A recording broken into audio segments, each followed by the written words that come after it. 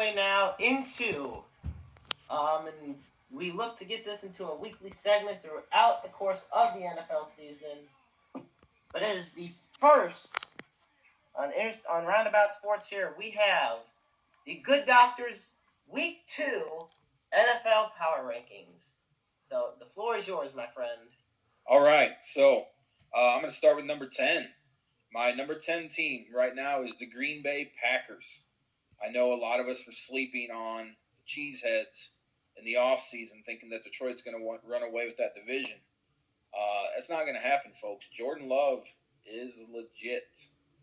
He tore up the Bears' defense on Sunday, and I think he's ready to fill the shoes of Aaron Rodgers.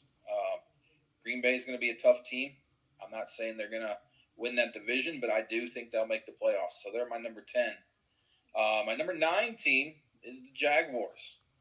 I think they're going to go higher than number 9, but I think they could be a top 3 team before the end of the season. But Calvin Ridley, his return of almost a 2-year absence, that turned the table on things. So he had 8 catches for 101 yards and a score.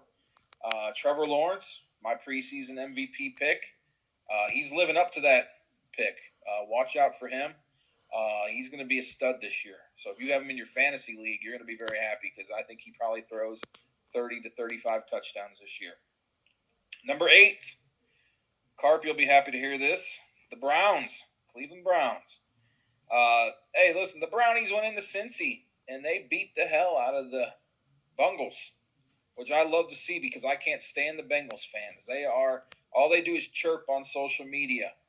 And, old Burrow, the highest paid guy in the league, didn't even throw for 100 yards.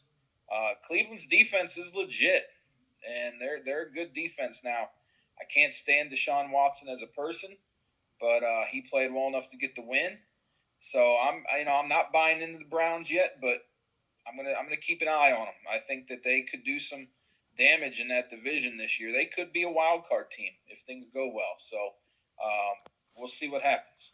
Number 7 is we're going to stay in that division. We're going to go with the Baltimore Ravens at 7. Listen, Zay Flowers is just what Lamar Jackson needs. All right, that's his new target. 9 catches for 78 yards. And, the only thing that's going to hurt Baltimore is J.K. Dobbins going down with a season-ending injury already. I'm not a Lamar Jackson fan. I think he's way overrated. I don't think he's a great quarterback. He's a hell of an athlete, but he's not a good quarterback. But Baltimore has a great head coach in John Harbaugh, and they have just hard-nosed defensive players. So they're at my number 7 right now. Number 6, I got the Detroit Lions. They continued on the success that they had last year when they knocked Green Bay out of the playoffs to end the season. Probably next to the Jets, the Lions are the most hyped team going into the season. So, going into Arrowhead, beating the defending champs on the night they, roll out the new championship banner, that was a big deal. Detroit and Green Bay are going to be fighting in that division for the top dog in that. So we'll see how Detroit continues, but man, they have a great head coach. They're good. They're a good team. So don't sleep on the Lions. Number 5 is the Miami Dolphins. Listen, this week it was the Tua and Tyreek show, and I think we're going to see that a lot more this year. Tua put himself right now into early MVP consideration. I know it's only 1 game in, but man, he looked good. I don't buy him. I think that he won't be able to stay healthy, but we'll see. The Dolphins' defense was also stout when it needed to be. So watch out in the AFC East. The Dolphins could be a major player in that. Number 4, I got the Chiefs. They lost at home. It's okay. The Chiefs ran into a really good Lions team that was fired up and ready to go.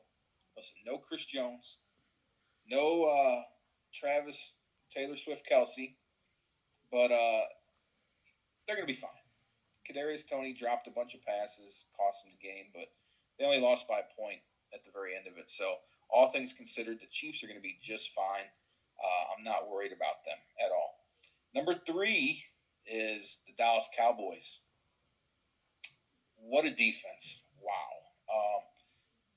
their offseason pickup of Stephon Gilmore, uh, probably the top signing right now in the league. I mean, he just made a world of difference. You got Parsons on that defense yet.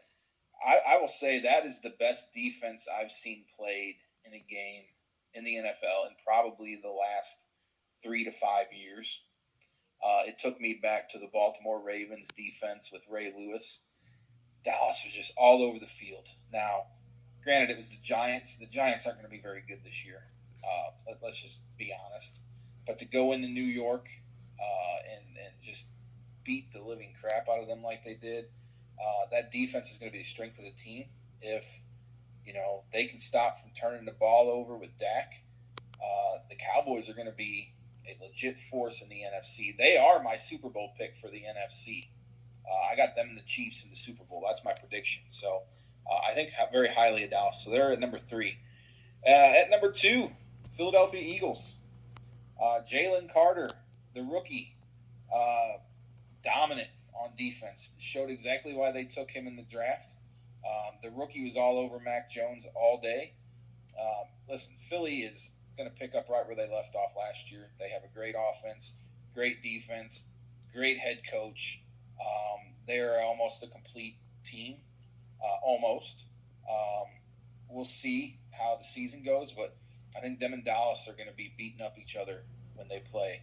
So Philly's my number 2. And number 1, 49ers. Easy pick. The offense was stellar. The defense was dominating. The Niners have lived up to the early season hype. A lot of people have them in the Super Bowl. I still think, while I think they're a complete team, I think when you get into the playoffs, you're going to see Brock Purdy struggle. But we'll get to that road when it's time. I mean, but for right now, man, the Niners look like the toast of the league. And I don't know who's going to beat them. It's going to take a monumental effort from any team to beat San Francisco this year. It's almost going to have to be a situation where San Francisco kind of beats themselves a little bit, I think, for a team to take them down. So that's my top 10 for right now. We'll see after this week where these teams kind of line up, and we'll see if any new teams can jump in. I think, I didn't put Buffalo on, but, I think with a dominating performance this week, they'd be right up there in the top 10. And, there are some teams that are kind of teetering on that border. The Packers could fall off, the Browns could fall off. We'll see what happens. But that's my top 10 for this week.